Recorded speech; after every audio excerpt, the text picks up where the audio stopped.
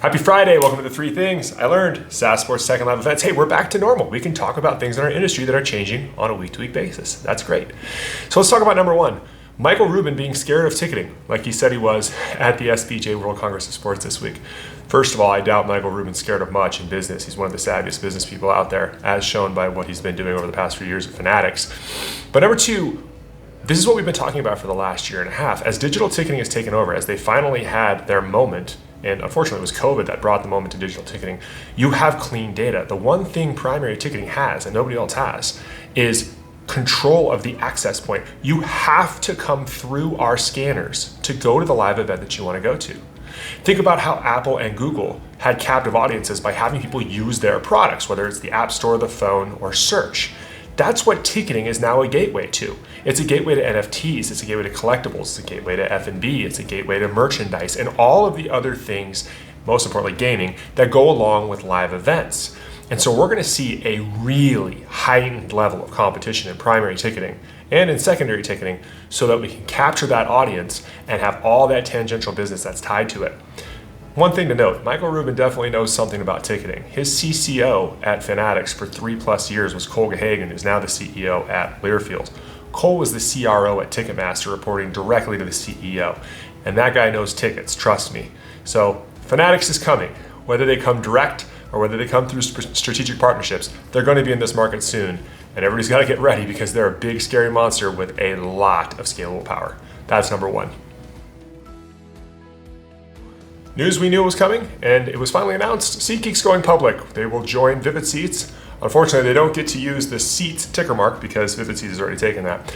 I met Jack and Russ back in 2009 at a ticketing conference in New York City, and their premise was, it was secondary market based at the time, but it was around data, and it was around quality of data. My goodness, how they have effectively executed against that over the last 10+ years. In the B2B2C space, there is a playbook of how you get traction. It's something that we've been trying to follow for a while, where you go and you get some customers, so you get traction and you get validity. Then you go get those tentpole customers. Sometimes you even do them as a loss leader, like they did with the Dallas Cowboys and a couple of others who are investors in the business.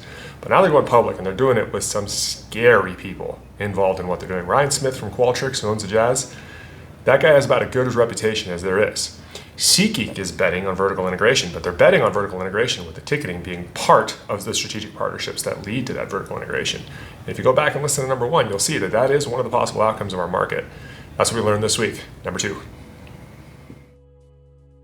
Number 3, there's been a rumor out there for a couple of weeks now, and we've heard it from 20+ people. Usually wait till 3 before we say it on the 3 things, but this is out there. The world in ticketing knows about it. Major League Baseball is going to double down, triple down maybe, with a 9-figure investment into TDC with the goal of bringing all of their teams onto one primary provider and then possibly rolling in something with a secondary market as the StubHub deal is up. And I know a lot of people have different thoughts of who might have that deal or they might bring it in-house. Like we talked about at number 1 and number 2, the importance of ticketing, now that it has digital ticketing and it captures the user, has led all of these major players to invest significant dollars in this space. You have Vivid going public with a SPAC. You have a $4 billion deal with StubHub. You have TDC and MLB. You have SeatGeek going public. You have Fanatics looking like they're going to get involved. You have Endeavor looking like they're going to get involved. You have Legends making plays. We've been saying this for the last year and a half. Ticketing might become this loss leader that leads to those other things. Think about gaming at casinos, where drinks and rooms are just a way to get somebody into game. That's where we are headed. And it's going to be an exciting ride. So what a week it's been. Those are the 3 things we learned. We'll see everybody next week on the 3 Things.